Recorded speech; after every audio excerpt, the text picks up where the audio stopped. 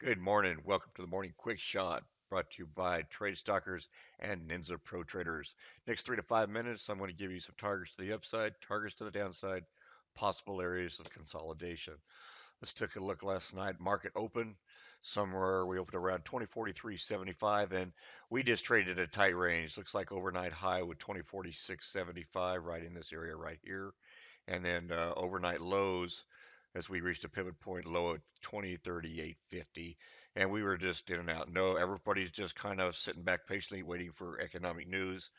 This afternoon about 1 o'clock Central from the FOMC. We've uh, we've got mortgage applications that were done actually at 6 this morning, and we got we got Atlanta Fed business inflation expectations at 9, and oil inventories. Now everybody knows what the story is with oils, but yet it finds a way to make back it in here, and somehow it will affect us today, along with the FOMC. Could be kind of quiet all morning waiting for this news. They're anticipating possibly a rate hike all of a sudden just because of last night. You never know. So just be aware of it and know that that's what's going to drive the market today. So wait for those news or just don't trade it all today. It just could be just another one of those weird days, worse than normal we've had lately. But let's take a look anyway. What we're looking for here is another move to retest this double bottom right here at 2030.75. Should see a bounce right back off and probably just right back to this zone as well, up into this 2045 area. And this is where we're just going to consolidate probably till mid morning, till at least 9 o'clock when oil inventories come out. Now, after that, it's a whole different story.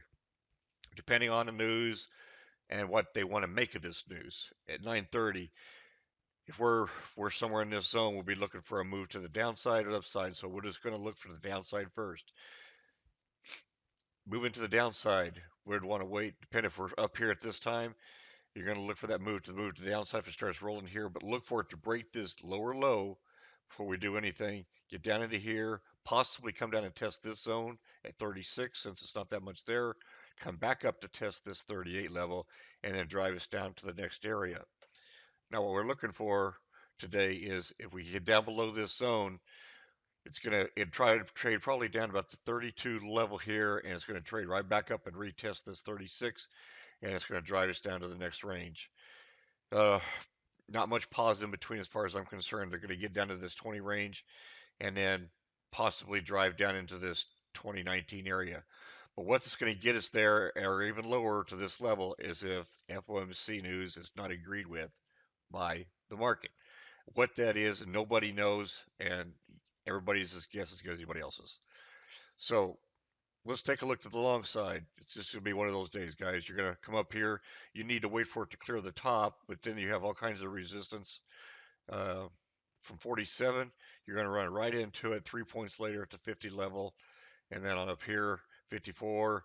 Not much level before you get to this zone. So where we're going to look to is some tight movement. Wait for this up into here.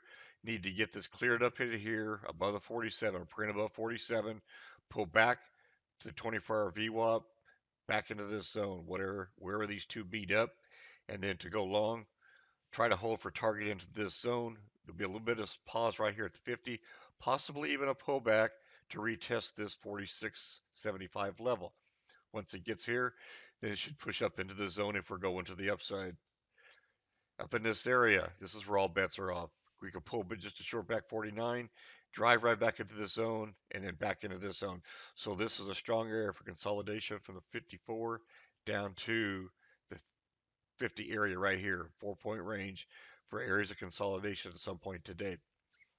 Need to wait for a breakout above this and a pullback into the zone to go long to take yourself up into the next zone.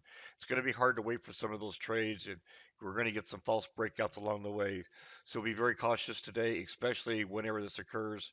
You got to keep in mind the FOMC release at 1 Central, 2 Eastern time, okay?